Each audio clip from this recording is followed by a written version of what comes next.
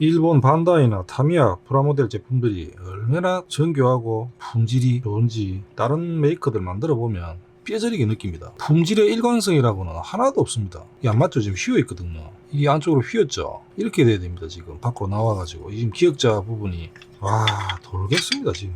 야 근데 지금 골치 아픈 게 너무 딱딱한 재질이라 가지고 이거 휘다가 지금 부러질까봐 지금 제가 힘을 못 주겠거든요. 이 약간 탄성이 있다든지 그런 메탈 재질이면 자꾸 살 휘우면 되는데 이 경도 높은 이 딱딱한 그 주물 느낌 알겠죠? 딱 부러질 것 같은 느낌. 그런 느낌 세 재질이라 가지고 함부로 힘을 못 주겠습니다. 이거 돈이 100만원짜리 킷이 이지라라. 일단은 뭐 이거 뭐 부러지더라도 이걸 바로 패야 결합이 되기 때문에 일단은 뭐 해보겠습니다. 부러지면 그 부분을 다시 뭐 접착을 하든지 일단 그래도 혹시 모르니까 열을 좀 가해가지고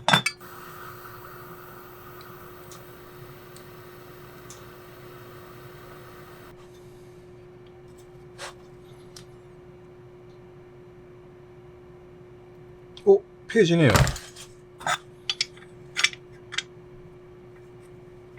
더 펴야 되겠네.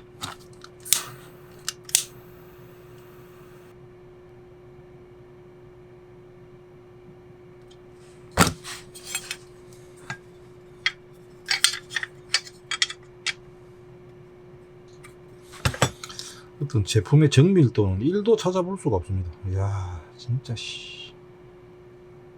위로도 좀 올라가야 되네.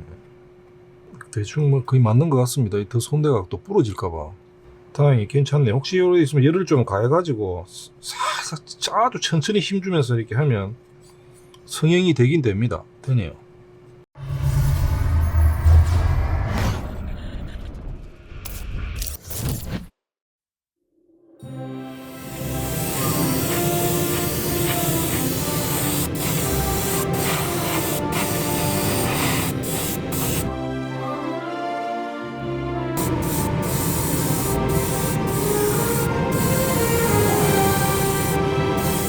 이 기획 같은 경우는 나사홀에 나사산이 없습니다. 전부 그냥 억지로 나사산을 만들면서 박는 구조로 되어 있거든요. 그래서 이거 쪼다가 얇은 나사들 있죠. 이거 많이 뿌라먹거든요. 지금 되게 부러졌습니다. 쪼다가 이 다행히 지금 부러지면서 약간 나와 있는 부분이 있어서 이걸 잡고 풀면 이런 것 같은 경우는 될 것 같거든요. 지금 살짝 풀린 것 같은데